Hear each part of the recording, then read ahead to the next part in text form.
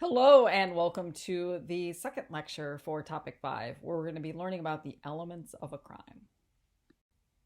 So just to remind you, topic 5 and 6 all revolve around one chapter, chapter 4, okay? And so this week you're reading the first half of chapter 4, and next week you'll be reading the second half of chapter 4. And so in the first lecture we learned about the difference between criminal and civil law.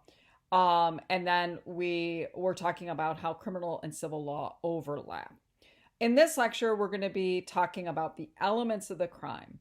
But also in this lecture, in this week, I want you to be thinking like a prosecutor, okay?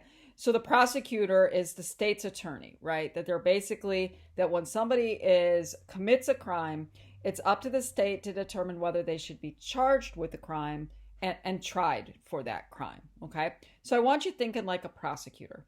And as a prosecutor, that when you convict somebody of a crime, that you must prove beyond a reasonable doubt the elements of the crime, okay? And so that's what we're going to be learning about in this lecture, that to be found guilty, the state must demonstrate beyond a reasonable doubt that you committed or engaged in all of the elements of the crime, okay? So that's what we're going to focus on in this lecture. Now, next week, you're going to be thinking like a defense attorney, okay? So what a defense attorney does is that they need to raise doubt about the elements of the crime, right? They're basically saying that, that my client should be acquitted because the state isn't able to prove beyond a reasonable doubt that my client engaged in these elements of the crime. And so next week, you're going to be learning about criminal defenses, the excuse defenses and justification defenses, okay? So I just wanted to lay that out there so that you get an idea of what we're doing with the elements of the crime and how it relates to what we're going to be doing next week as you learn about criminal defenses. Okay, so the first thing we're going to do is we're going to go over the different elements of the crime. And then in the subsequent slides, we're going to go into more detail with each of these elements. So the first element is that of a crime is that the prosecutor needs to prove beyond a reasonable doubt that the accused engaged in a criminal act. In other words, that they engaged in actus reus, which is the guilty act. The next element of the crime that the prosecutor needs to prove, just proving that a person engaged in a guilty act is not enough. You also have to prove that the accused had the intent to commit the act. In other words, that they possessed mens rea, which is translated as the guilty mind. And that when we talk about mens rea, we are talking about that the accused knowingly and intentionally committed the crime. Next, the prosecutor needs to demonstrate that the defendant's actions were the proximate cause of the resulting injury. In other words, that the action is the immediate or in close relationship with the injury. And then finally, that there was actual caused harm. So let's go on and take a look at each of these elements in more detail.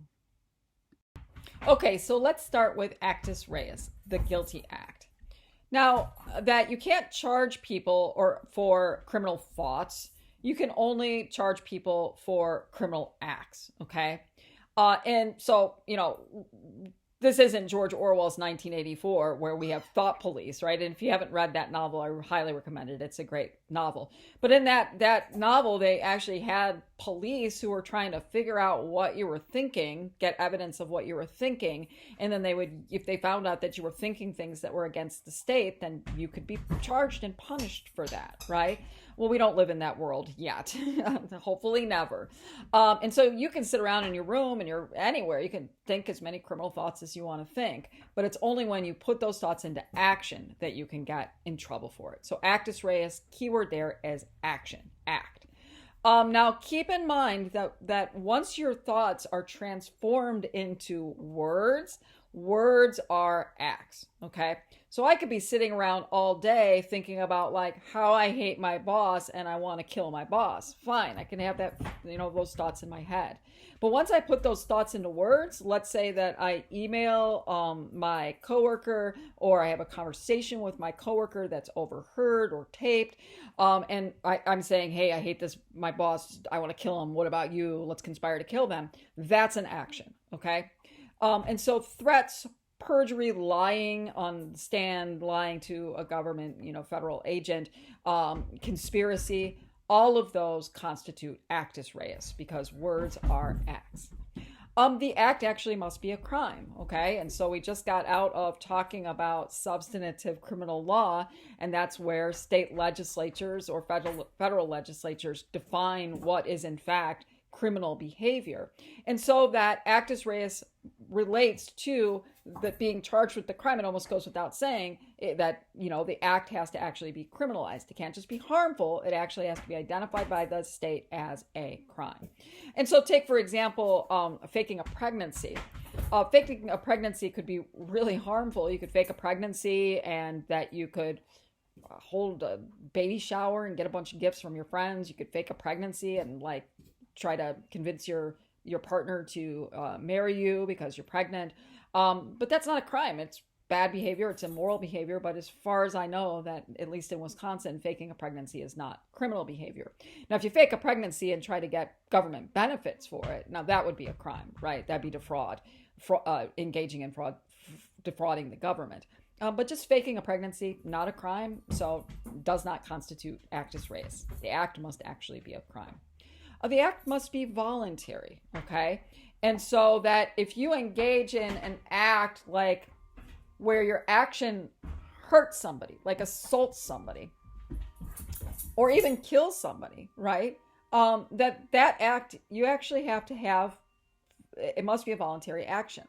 And so a good example of that would be a seizure, okay? So let's say that if you have seizures and you are sitting, hold on just for a second. Sorry about that. If you are sitting next to somebody in a theater or in a classroom and you start having a seizure and you knock and you hit somebody in the face and you bloody up their face and their nose, that you're not going to be charged with assault. There's no criminal act there because that action was not voluntary. Now, if you have seizures and you get behind the wheel of a car, right, and you kill somebody, that's voluntary. You knew they had a seizure, you got in a car, you engaged in reckless behavior, and that could be a crime. So the act must be voluntary. And keep in mind, Kenneth Park, we read about Kenneth Park in The Brain on Trial. This was an individual who sleptwalked, had a real huge sleep disturbance, and they go over and they kill their in-laws, right? Well, that, was deemed an involuntary action. Kenneth Park didn't have any control over that, so there was no actus reus. And then also keep in mind that that the actus reus is also failure to act. Some people have legal required duties to act. So, for example, parents have a legal obligation to feed their kids, take care of their kids. I have a legal obligation as a spouse to get medical attention for my husband. If I come home, he's having a heart attack, I need to take action. If I fail to take that action, I've engaged in actus reus because failure to engage in a legally required duty is a crime. Okay, so how does a prosecutor prove actus reus?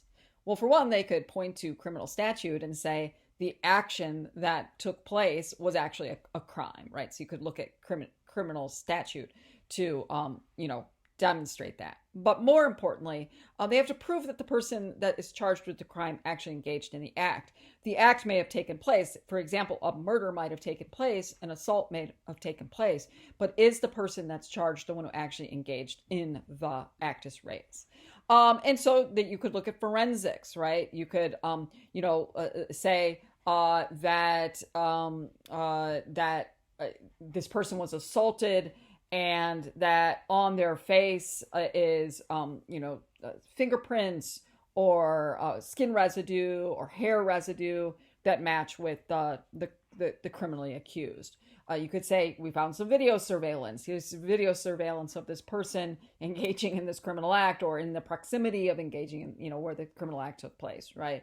Eyewitness testimony, could have a confession, okay? These are all things that the prosecutor could depend upon to prove to the jury beyond a reasonable doubt that the person charged with the crime was the one who actually engaged in actus reus. Now let's move on to talk about mens rea, the guilty mind. So for an act to be criminal, the person must have intended to commit the crime. In other words, that the individual accused of the crime They acted knowingly. They knew what they were doing. They understood the consequences of their actions. They willingly engaged in this action. They weren't coerced in some way into engaging in this action. That they engaged recklessly, sort of without, they knew that how they acted could cause harm to others, yet they acted anyways. And also that they thought about it, that they had some forethought. Okay. So the prosecutor needs to demonstrate that this individual had this intent, possessed this guilty mind, and that they knew what they were doing. They kind of thought about what they were doing before they engaged in the act. Now, mens rea is legally present even in reckless and negligent behavior. And so you might say, hey, I never intended to harm my child, okay? But yet you harmed your child, okay? You could say I didn't intend, right? But you could say that the actions that you engaged in, were reckless. So maybe you didn't intend to harm your child, but that you should have known if you engaged in some sort of reckless behavior that you are sort of gambling with the safety of your child. And I'll give you a concrete example in a second. And that you should have known better that if you engaged in this action that you could potentially harm your child. Now, reckless behavior is considered more serious than negligent behavior. That recklessness is sort of like you should have known better, that if you're basically gambling with the safety of others. Negligent is less serious. It's related to behavior that is seen as careless or inattentive. That's still mens rea, okay? But if if an individual is negligent, careless, they could still be charged with a crime, but the crime would likely be lesser because their intent was not as great as if you actually knew, I want to kill this person, I'm going to kill this person. Rather, you were engaging in careless behavior. The example I'll use is, sort of like if you have a kid, right, and you're throwing the kid up in the air, woo, baby Johnny really likes to be thrown up in the air. Woo, look, he's laughing and laughing. But then, you throw him up so high that he hits his head on the ceiling and he gets, brain damage or something like that. That's reckless behavior, right? You were gambling with the safety of little baby Johnny, and you should have known that if you're throwing that baby up in the air, they hit their head on the ceiling, they're going to get hurt. Negligent behavior would be for a really sleepy parent, they've been working all day, they pick up their kid from daycare, that they just had gone shopping, and so that they have this little baby infant in a car seat, they've got this bag of groceries, they're coming into the house, they set the groceries down, and then they put the little infant in the car seat up on the counter, and then the dog comes and knocks the baby over, and the baby falls off the counter and is harmed. That's careless. It's inattentive. You shouldn't have done that, but you could still be criminally responsible for that. But it'd be a lesser sort of penalty, or maybe no penalty at all. Now, keep in mind, for some crimes, your textbook talks about how you don't need to prove mens rea, that you can be convicted of a crime even if you don't possess the guilty mind, even if you didn't, and there was no intent at all. And that's what's known as strict liability. And you only need to prove the act, and that the act caused some sort of harm. You don't have to prove that you intended to engage in this action. Good examples of that are like statutory rape or selling cigarettes or alcohol to minors. If you had to prove intent, you would say, I didn't know this person was underage, I didn't intend, I thought they were adults. And so in order to, have more strict control over these harmful acts to minors, selling alcohol, selling tobacco, having sexual relations with a minor, they basically said they take they take mens rea out of the picture, and they basically say but engaging in the act is enough for you to be prosecuted of that crime. So how does a prosecutor prove intent? Prove that the criminally accused possessed mens rea? There's lots of different ways they could do it. Here's just some examples. You could demonstrate that the accused talked to others about engaging in this act. And so that even though that may not in and of itself be a crime, it could indicate that they gave some forethought to this, that they were thinking about engaging in this act. And then that might possess mens rea, because they were sort of mulling it over, considering it. You could demonstrate that the criminally accused, took actions to prevent being caught.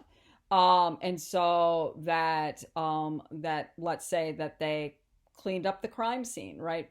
There was evidence of it being washed. Well, that would mean that they understood the consequences of their actions. If they didn't understand the consequences of their actions, then they wouldn't have taken any steps to cover up their actions, right? So that could be a way that you could demonstrate mens rea. You could say you could have a motive, right, to kill somebody. That could potentially talk about intent, or demonstrate intent. And when it comes to like reckless behavior, you could say, well, this person engaged in this behavior before, like using that baby example, like at parties, Uncle Johnny would throw baby Johnny up into the air and just luckily nothing bad ever happened. Well, basically has this record of engaging in this sort of reckless behavior. So anyways, all of those are examples, not exhaustive list, but ways in which prosecutor could demonstrate mens rea. Next, we're going to talk about the third element of the crime, which is causation. And so the prosecutor needs to prove that the accused conduct is the proximate cause or the immediate cause of the injury that was the result of the criminal act that the accused engaged in. Okay. And so in other words, the action of the accused needs to be responsible or demonstrate that it's the cause of the injury that then ultimately causes harm. And we'll talk about that on the next slide.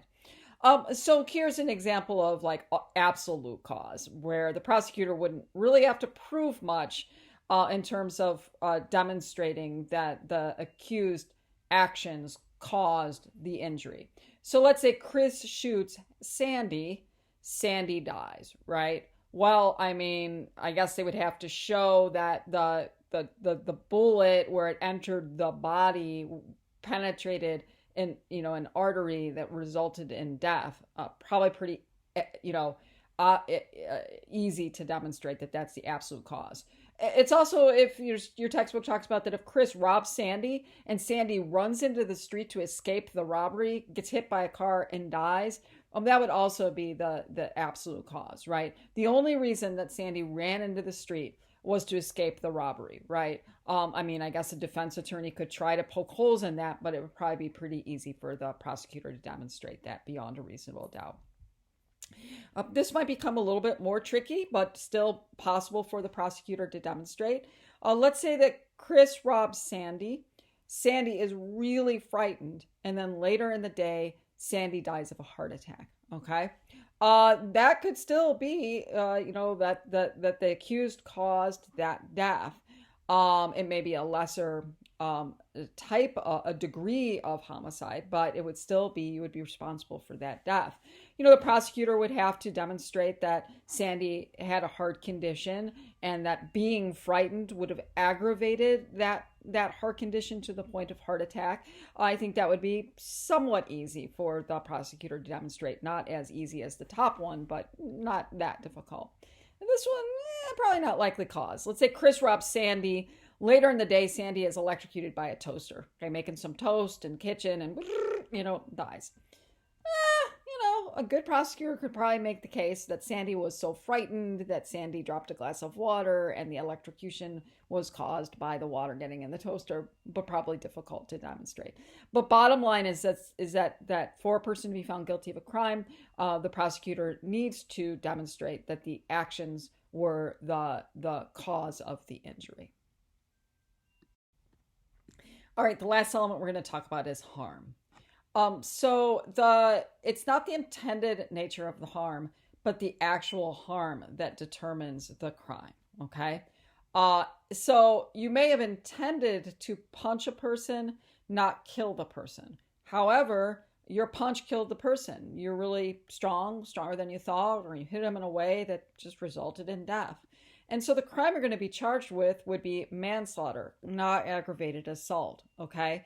And so that a prosecutor needs to not just demonstrate that your actions caused that harm, but then they charge according to the harm that has taken place. the reality of the harm, not the intention of the harm. Okay. And so, the harm and causation are kind of intermingled, right? Because the prosecution has to demonstrate that the accused actions are the cause of the harm. And the harm is really all that matters, not the intention of the harm in terms of criminal law and criminal prosecution. Okay, that's it for this week. Next week, we'll do the second half of chapter 4. So in this lecture, you were thinking as a state prosecutor. Next week, you'll be thinking like a criminal defense attorney, and you'll learn about the different defenses that are used to basically raise doubt against the case that the state is making against the criminally accused. So you'll learn about excuse defenses and justification defenses. And then we'll also spend some time talking about procedural criminal justice as well. Thanks a lot for paying attention, and I'll talk to you again soon.